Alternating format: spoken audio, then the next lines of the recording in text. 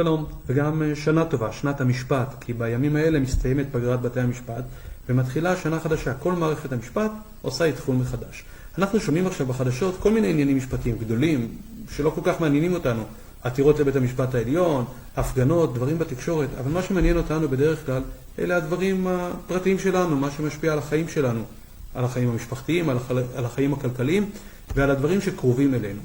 במשרד שלי אנחנו מתמחים בענייני משפחה ובענייני רכוש ומקרקעין. אנחנו שמים דגש על היחסים הכלכליים שבתוך המשפחה.